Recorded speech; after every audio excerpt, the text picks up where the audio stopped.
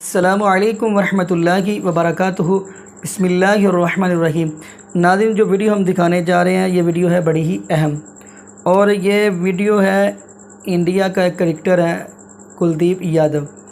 وہ اس ذہن کے ساتھ، اس سوچ کے ساتھ، وہاں پہ کوئی پنڈت ہے، بابا باشور کی کیا نام ہے اس کے پاس پہنچا ہوا ہے کہ آپ بتائیں کہ ہماری ٹیم جو ہے وہ جیتے گی ورلڈ کپ، یا ایسی گفتگو ہو رہی ہے۔ آخر وہ کیوں اس کے پاس جا کے جھکا ہے؟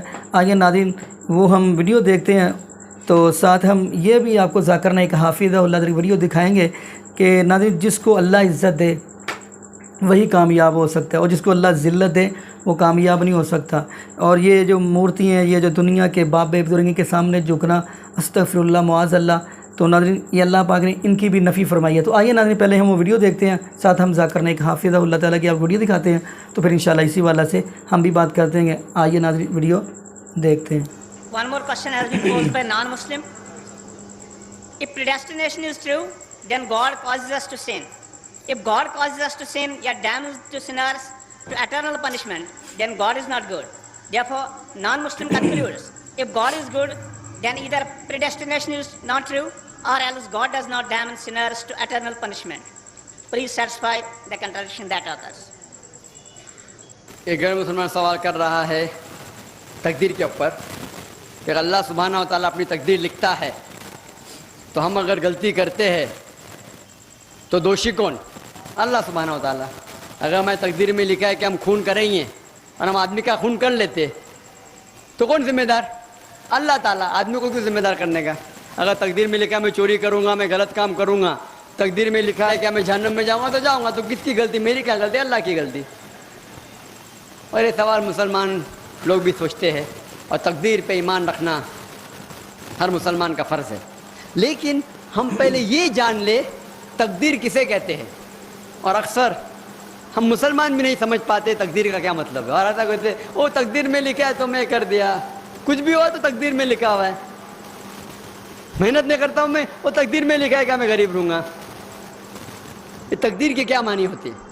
اللہ تعالیٰ فرماتے ہیں سورہ اسراء میں کہ جب بھی ایک انسان پیدا ہوتا ہے تو اس کے گردن کے گول میں اس کے پوری آتما کتھا، اس کا فیوچر، اس کا بھوشیہ لکھ لیتا ہوں۔ میں آپ کو سمجھانے کے لیے ایک مثال پیش کرتا ہوں۔ مثال کے طور پہ اگر ایک کلاس کے اندر ایک ٹیچر کلاس میں پڑھاتا ہے اور ایگزامینیشن کے پہلے کہتا ہے کہ یہ اسٹوڈنٹ پورے کلاس میں نمبر 1 آئیں گا، اول آئیں گا، یہ اسٹوڈنٹ سیکنڈ کلاس سے پاس ہوئیں گا، وہ اسٹوڈنٹ فیل ہو جائیں گے۔ مثال دینا، برا مت لگنا میرے ساتھ۔ اور ایگزامینیشن ہوتا ہے اور یہ اسٹوڈنٹ فرسٹ آتا ہے، یہ اسٹوڈنٹ سیکنڈ کلاس سے پاس ہوتا ہے، اور یہ اسٹوڈنٹ فیل ہو جاتا ہے۔ میں آپ سے یہ سوال پوچھتا ہوں کہ جو طالب فیل ہو گیا، کیا وہ کہہ سکتا ہے کہ کیونکہ ٹیچر نے کہا میں فیل ہوں گا اس لیے فیل ہو گیا؟ کہہ سکتا ہے کہ نہیں کہہ سکتا؟ کیوں؟ ٹیچر اپنے تجربے سے کہہ رہا ہے یہ اسٹوڈنٹ بہت اچھا ہے، بہت پڑھائی کرتا ہے اس لیے فرسٹ آئے گا، یہ اسٹوڈنٹ ٹھیک ہے سیکنڈ کلاس، یہ اسٹوڈنٹ پکچر دیکھتا ہے کلاس ہی نہیں اٹینڈ کرتا ہے اس لیے فیل ہوئے گا۔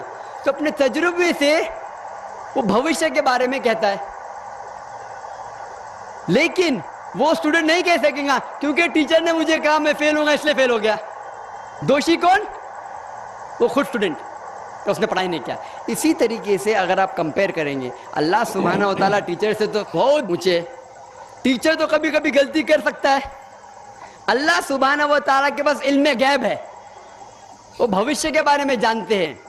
جب بھی کوئی کام ہوتا ہے کچھ چیز فکسڈ ہے، آپ کہاں پیدا ہوں گے، آپ کب مریں، کچھ چیز مکمل ہے۔ اس کے علاوہ اللہ سبحانہ و تعالیٰ نے آپ کو فری ول دیا ہے۔ فری ول مطلب آپ جو بھی چاہے چن سکتے ہیں۔ اللہ تعالیٰ کو ہدایت دی قرآن اور حدیث میں، لیکن آپ کے اوپر ہے آپ اس کے اوپر عمل کریں نہیں کریں۔ لیکن اللہ تعالیٰ جانتا ہے آپ کیا کریں گے۔ مثال کے طور پر آپ ایک رستے پہ چل رہے ہیں اور ایک چوراہے پہ آتے ہیں، 4 رستے ہیں، نمبر 1، نمبر 2، نمبر 3، نمبر 4۔ آپ کوئی بھی رستہ چن سکتے ہیں، آپ چنتے ہیں رستہ نمبر 3۔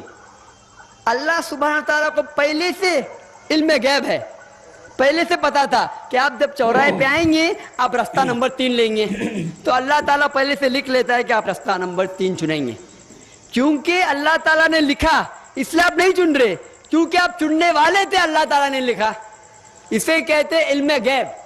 اللہ سبحانہ و تعالیٰ علم غیب ہے. اللہ تعالیٰ کو پہلے سے پتا تھا کہ آپ نمبر 3 چنیں گے, اور اللہ تعالیٰ تقدیر میں لکھ دیا کہ آپ نمبر 3 رستہ چنیں گے. کیونکہ اللہ تعالیٰ نے لکھا اس لیے آپ 3 نہیں چن رہے, کیونکہ آپ چننے والے تھے, اللہ نے لکھا. اور ایک مثال پیش کرتا ہوں. آپ نے 10ویں پاس کی, 12ویں پاس کی, آپ ڈاکٹر بھی بن سکتے, آپ انجینئر بھی بن سکتے, آپ لائر بھی بن سکتے. آپ چنیں گے ڈاکٹر بننے کے لیے. اللہ تعالیٰ کو پتا ہے کہ آپ جب 12ویں پاس کریں گے تینوں چیز آپ بن سکتے ہیں. آپ ڈاکٹر بھی بن سکتے, انجینئر بھی بن سکتے, لائر بھی بن سکتے. آپ چنیں گے ڈاکٹر بننے کے لیے, تو تقدیر میں لکھ دیا اللہ تعالیٰ آپ 12ویں پاس کریں گے اور ڈاکٹر بنیں گے. کیونکہ اللہ تعالیٰ نے لکھا اس لیے آپ ڈاکٹر نہیں بنے, کیونکہ آپ نے چنا اسی لیے اللہ تعالیٰ نے پہلے سے لکھ دیا. آپ سمجھتے؟ کچھ لوگ کل ایگزام ہے, اچھا ہے, طالب اچھا ہے, ابھی کل ایگزام ہے, کیا پڑھنے کا, تقدیر میں لکھا ہے کہ پاس تو پاس, فیل تو فیل, اور وہ نہیں پڑھتا ہے اور وہ فیل ہو جاتا ہے. تقدیر میں لکھا ہوتا ہے یہ آدمی پڑھتا تھا تو پاس ہوتا تھا, لیکن اس کی سوچ بھی ٹیڑھی تھی. اللہ تعالیٰ نے لکھا ہے تقدیر میں یہ شخص اگر پڑھتا تھا پاس ہوتا تھا, لیکن اس نے سوچا کیا پڑھوں میں, تقدیر میں لکھا نہیں پڑھتا فیل ہو جاتا ہے. تو دوشی کون, اللہ یا وہ خود؟ تقدیر میں بھی لکھا یہ وہ پاس ہو سکتا تھا لیکن وہ نہیں پڑھتا اس لیے فیل ہو گیا, فیل ہو گیا. پھر بولے گا دیکھو تقدیر کو تو میں ٹال نہیں سکتا ہوں. اسی لیے وہ کہاوت ہے, علامہ اقبال نے کہا ہے, خود ہی کو اگر اتنا بلند کیا, تقدیر کے پہلے خدا اپنے بندے سے خود پوچھے بتاتے ہی رضا کیا ہے. اور حدیث میں آتا ہے کہ دعا تقدیر کو بدل سکتی ہے. مثال کے طور پہ اگر آپ جاتے ایگزامینیشن میں اور آپ کا پیپر اچھا نہیں جاتا اور آپ جانتے کہ آپ فیل ہوئیں گے, آپ گھر پہ آتے اور دعا کرتے اللہ تعالیٰ سے, یا اللہ سبحانہ و تعالیٰ میں نے پیپر میں اچھا نہیں کیا, مجھے پاس کر لے. اللہ تعالیٰ آپ کی دعا کو قبول کر لیتا ہے اور پاس کر لیتا ہے. تقدیر میں یہ لکھا ہے کہ آپ نے پیپر اچھا نہیں کیے, آپ فیل ہونے والے رہتے, لیکن آپ نے دعا کی. اللہ تعالیٰ کو یہ بھی پتا ہے کہ آپ دعا کرنے والے کہ نہیں کرنے والے, اور تقدیر میں یہ بھی لکھا ہے کہ اللہ تعالیٰ آپ کی دعا کو قبول کریں گے. اللہ تعالیٰ بھی جانتا ہے اگر آپ 100 سال بعد کوئی شخص دعا کرے گا, وہ بھی جانتا ہے اللہ تعالیٰ وہ دعا قبول کرے گا کہ نہیں, وہ بھی تقدیر میں لکھا ہوا ہے. تو اسی لیے ہمیں ہر روز دعا کرنا چاہیے, ہر وقت دعا کرنا چاہیے. دعا تقدیر کو بدل سکتی, مطلب جو آپ کی پہلی ہونے والا تھا اس کو بدل سکتی, لیکن وہ بھی تقدیر میں لکھا ہے کہ آپ دعا کرنے والے, اور وہ بھی لکھا ہے کہ اللہ تعالیٰ دعا کو قبول کریں گے کہ نہیں. تو تقدیر میں لکھا ہے کہ آپ فیل ہونے والے تھے, آپ گھر پہ آتے ہیں, دعا کریں گے, اللہ نے دعا کو قبول کیا اور آپ پاس ہو جائیں گے. تو اسی لیے ہم مسلمان کو اللہ پہ بھروسہ رکھنا چاہیے, لیکن اللہ کے رسول نے فرمایا اللہ پہ بھروسہ رکھو لیکن اونٹ کو باندھو. آپ نے کہہ سکتے اللہ پہ تقویٰ ہے, میں گھر کا دروازہ کھلا رکھوں گا, کوئی چور نہیں آئے گا. اللہ کے رسول نے فرمایا اللہ پہ بھروسہ رکھو لیکن اونٹ کو باندھو. تو اللہ پہ پورا بھروسہ ہونا چاہیے, لیکن آپ خود محنت کرنا چاہیے, آپ خود جہاد کرنا چاہیے, آپ کو خود قرآن پہ عمل کرنا چاہیے. آپ کہیں گے تقدیر میں لکھا ہوا ہے میں چوری کروں گا تو آپ کام ہی نہیں کریں گے, اور چوری کریں گے بولیں گے تقدیر میں لکھا ہے, آپ کی غلطی ہے, اللہ تعالیٰ کی نہیں. تو آپ کو ہر وقت جد و جہد کرنا چاہیے اچھے کام کے لیے. قرآن کو سمجھ کے پڑھو اور عمل کرو, انشاءاللہ آپ اس دنیا اور آخرت میں کامیاب ہوں گے. جی ناظرین, آپ نے یہ ویڈیو ملاحظہ فرمائی تو ماشاءاللہ ذاکر نائک حافظہ اللہ تعالیٰ کی بھی آپ نے گفتگو سنی. تو ناظرین یہاں پہ یہ بات کرتے چلیں کہ دیکھیں جب ہم بسم اللہ الرحمن الرحیم پڑھتے ہیں, اس کا ترجمہ بھی آپ لوگوں کو آتا ہوگا کہ اللہ کے نام سے شروع جو بڑا مہربان اور نہایت رحم کرنے والا. یہاں پہ ایک جملہ سمجھانا مقصد ہے, اس لیے تو میں نے بسم اللہ الرحمن الرحیم پڑھی ہے. اب رحمان اور رحیم سے مراد کیا ہے؟ اب یہ رحمان ہے نا, رحمان سے مراد ہے کہ اللہ پاک پوری دنیا پہ رحم کر رہا ہے. دیکھیں کافر کھا رہا ہے تو اللہ کا, یہودی کھا رہا ہے تو اللہ کا, عیسائی کھا رہا ہے تو اللہ کا, مسلمان کھا رہا ہے تو اللہ کا, چھوٹا کھا رہا ہے تو اللہ کا, بڑا کھا رہا ہے تو اللہ کا, یعنی اللہ سب کے اوپر رحم کر رہا ہے. اور دوسری یہ بھی بات کرتے چلوں, وہ پوری کائنات کا رب ہے, جس کو چاہے وہ زیادہ دے دے, جس کو چاہے وہ کم دے دے, جس کو چاہے عزت دے دے, وہ پوری کائنات کا رب ہے. تو اگلی ہم بات کرتے چلیں ناظرین کہ آیا کہ یہ جو کام کرنا جی مورتیوں کو پوجنا, بتوں کو پوجنا, اور جیسا کہ آپ امت مسلمہ کے اندر بھی دیکھیں گے کچھ لوگ ایسے بھی ہیں کم علم والے جو قبروں پہ جا گرتے ہیں, قبروں کو جا کے پوجتے ہیں. تو یہی تو وہ سوال ہندو پھر یہی تو بات کہتے ہیں اکثر, ذاکر نائک حافظہ اللہ تعالیٰ سے بھی یہی سوال ہوا ہے کہ جب ہم مورتیوں کو بتوں کو پوجتے ہیں تو آپ ہمارے اوپر باتیں کرتے ہیں، ہمارے خلاف بات کرتے ہیں، اور جب آپ کے امت مسلمہ ہے وہ قبروں پہ وہ مٹی کے بنائے ہوئے بت کو پوج لیتے ہیں، ہم نے کھڑا کر کے پوج لیتے ہیں، فرق کیا ہے؟ تو ذاکر نائک حافظ اللہ نے کئی مرتبہ یہ جواب دیا کہ وہ تو بھٹکے ہوئے لوگ ہیں۔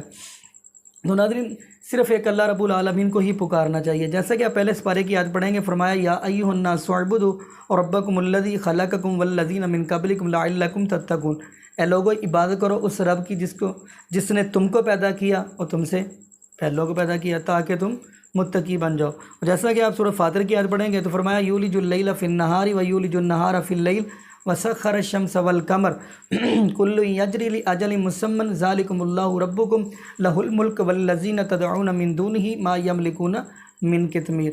اللہ پاک فرماتے ہیں کہیں یہ سورج آ جاتا ہے، کہیں چاند آ جاتا ہے، ان دونوں کو چمکانے والا بھی اللہ ہی ہے، اور جن کو آپ پکارتے اللہ کے علاوہ، فرمایا ما یملکون من قطمیر، وہ تو کھجور کی گٹھلی کے بھی مالک نہیں ہے۔